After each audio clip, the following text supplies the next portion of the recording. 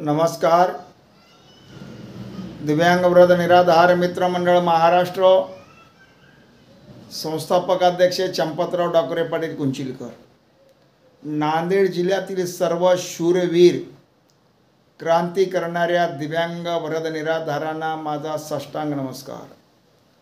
दिव्यांग बांधवांनो, ज्या दिव्यांगांना चालता येत नाही, ज्या दिव्यांगांना बोलता येत नाही, ज्या दिव्यांगांना जगात काय चाललं ते ऐकू येत नाही, काय दिव्यांगांना आपले म्हणणं सादर करण्यासाठी बोलता येत नाही, अशात माझ्या पराक्रमी दिव्यांग बांधवांनी सतत माझ्यासोबत आज 9 वर्षापासून दिव्यांग वृद्ध निराधार मित्रमंडळ महाराष्ट्र संघटनेमध्ये सर्वांनी मला साथ दिली आणि सर्वांच्या शक्तीनुसार आपण आपल्या पडझडत आंदोलनं केल्यामुळे अनेक गावामध्ये अनेक योजना आपल्याला मिळत आहेत.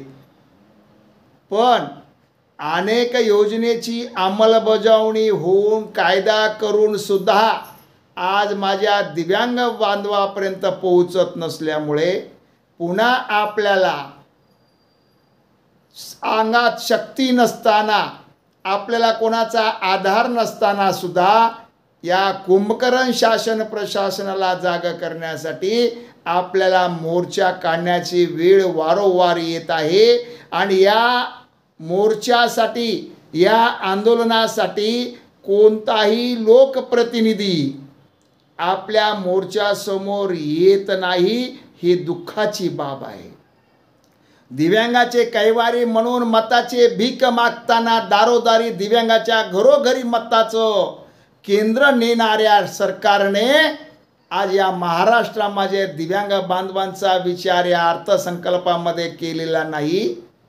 आणि अर्थसंकल्पात विचार केला नसल्यामुळे मुंबई मंत्रालयावर घेरावा घालण्यासाठी दिव्यांग बांधव, महाराष्ट्रातून शूरपराक्रमी दिव्यांग बांधव या मुंबईला मंत्रालयाला घेरावा घालण्यासाठी आले असता आमचं आंदोलन दडपण्याचा प्रयत्न केला.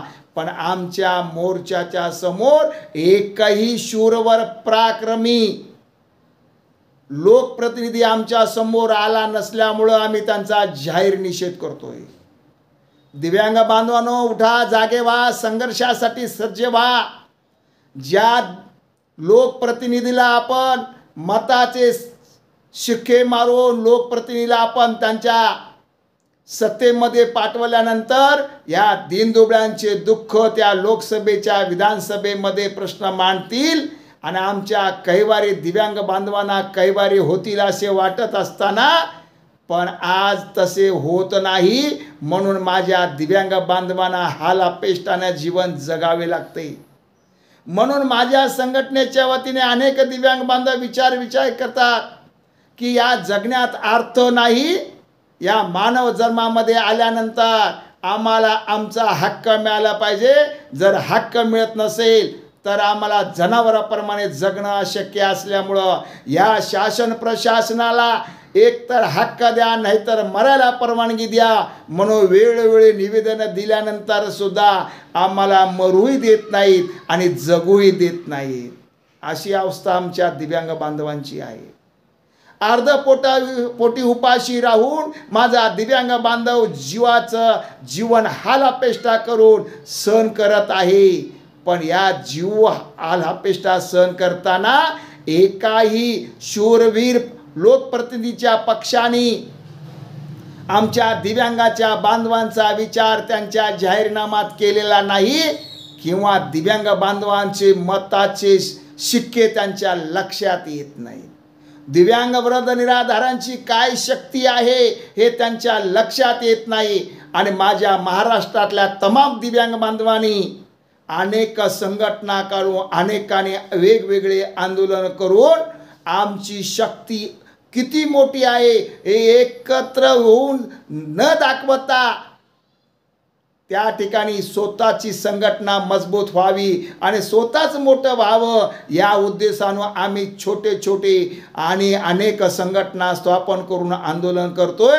पाची ताकद या शासनाला कळत नसल्यामुळं तमाम महाराष्ट्रातील मी दिव्यांग संघटनेच्या नेत्यांना आणि पदाधिकाऱ्यांना विनंती करतोय, आपल्या संघटना अनेक असू द्या, अनेक संघटना जिल्हा लेवलवर तुम्ही संघर्ष करा, या कुंभकर्णाला जाग करा, जरूर करा, पण महाराष्ट्र लेवलवर, राज्य पातळीवर ऑल महाराष्ट्रातली दिव्यांग संघटना एक असली पाहिजे.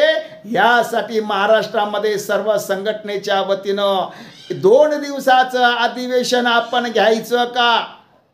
अधिवेशन घ्यायचं असेल तर त्यांनी सर्वांनी या मताशी, माझ्या मताशी सहमत असेल त्याने या ठिकाणी आपल्या माझ्या मोबाईलवर फोन करा, व्हॉट्सअपवर करा. आपण सर्वांनी एकत्र येऊ आणि राज्यामध्ये एक दिव्यांग बांधव काय असतो, दिव्यांग होणे का गम नहीं, हम किसी से कम नहीं, हे दाखवण्यासाठी येणाऱ्या विधानसभेच्या निवडणुकीच्या अगोदर महाराष्ट्रातली तमाम दिव्यांग बांधवांच्या संघटनेच्या लोकांनी आपण एकत्र यावं आणि महाराष्ट्रामध्ये 2 दिवसाचं अधिवेशन ठेवून या अधिवेशनामध्ये सर्वांनी एकत्रित चर्चा करायची आहे. आपण सर्वांनी एकत्रित चर्चा केल्यानंतर आपण येणाऱ्या निवडणुकीमध्ये दिव्यांग बांधव हा एका दिव्यांगासोबत 4 घरचे मत असतात. वृद्ध निराधार जे बांधव आहेत त्यांच्यासोबत 4 मतं किंवा 10 मतं असतात. ह्याचं गणित आपल्याला कळवण्यासाठी दिव्यांग वृद्ध निराधार संघटना ज्यांनी चालवत असतील त्यांना माझं जाहीर विनंती आहे, आपले हेवे दावे, मोठेपणा, आपला स्वाभिमान, आपण सगळ्यांनी दिव्यांगांनी एकच स्वाभिमान आहे, दिव्यांगाचं दुःख एकच आहे आणि हे दिव्यांगाचं एक दुःख असल्यामुळं सर्व दिव्यांगांनी एका छत्राखाली येणं काळाची गरज आहे. आणि या काळाच्या गरजेमुळं येणाऱ्या विधानसभेच्या अगोदर आपण चर्चा करू, त्यामध्ये आपण व्यवस्थित मुद्दे मांडू. येणाऱ्या विधानसभेच्या निवडणुकीमध्ये दिव्यांग वृद्ध निराधारांनी येणाऱ्या निवडणुकीला काय बहिष्कार टाकायचा किंवा नोटा वापरायचा, नोटा बटन वापरायचं, किंवा दिव्यांग बांधवांनी, दिव्यांग वृद्ध निराधारांनी येणाऱ्या उमेदवाराला त्याचा जाब विचारण्यासाठी गावबंदी करायचा, ह्या अशा अनेक प्रश्नाबद्दल आपण सर्वांनी एकत्र येऊन चर्चा करून निर्णय घ्यावा आणि महाराष्ट्रामध्ये तमाम दिव्यांग आघाडी एक बनवावी. महाराष्ट्रामध्ये राज्य पातळीवर कोणतेही आंदोलन असतील तर दिव्यांग आघाडीच्या जे कार्यकारिणी आपण सगळ्यांनी करावी. सर्वानुमते झालेल्या कार्यकारिणीमध्ये दिव्यांग महाराष्ट्रामध्ये पूर्ण जर एक ताकदीनं आपण दिव्यांग एकत्र आलो, दिव्यांग वृद्ध निराधारण जर एक आलो तर येणाऱ्या निवडणुकीमध्ये त्यांची आपल्याला जागा दाखवल्याशिवाय आपण राहणार नाही, एवढी विनंती करतोय. आणि महाराष्ट्रामध्ये सर्व दिव्यांग संघटनेनी पुढाकार घ्यावा आणि 2 दिवसाचं अधिवेशन घेऊन सर्वांनी एकमतानं संघटित संघर्षामध्ये सहभागी व्हावे असे आवाहन करतो. मी दिव्यांग वृद्ध निराधार मित्रमंडळ महाराष्ट्र संस्थापक अध्यक्ष चंपतराव डाकोरे पाटील कुंचिलकर, मी राहणार नांदेड. माझा मोबाईल नंबर आहे 9763453800. या नंबरवर संपर्क करा आणि आपण सर्वांनी मला बोला, मी कुठेही यायला तयार आहे.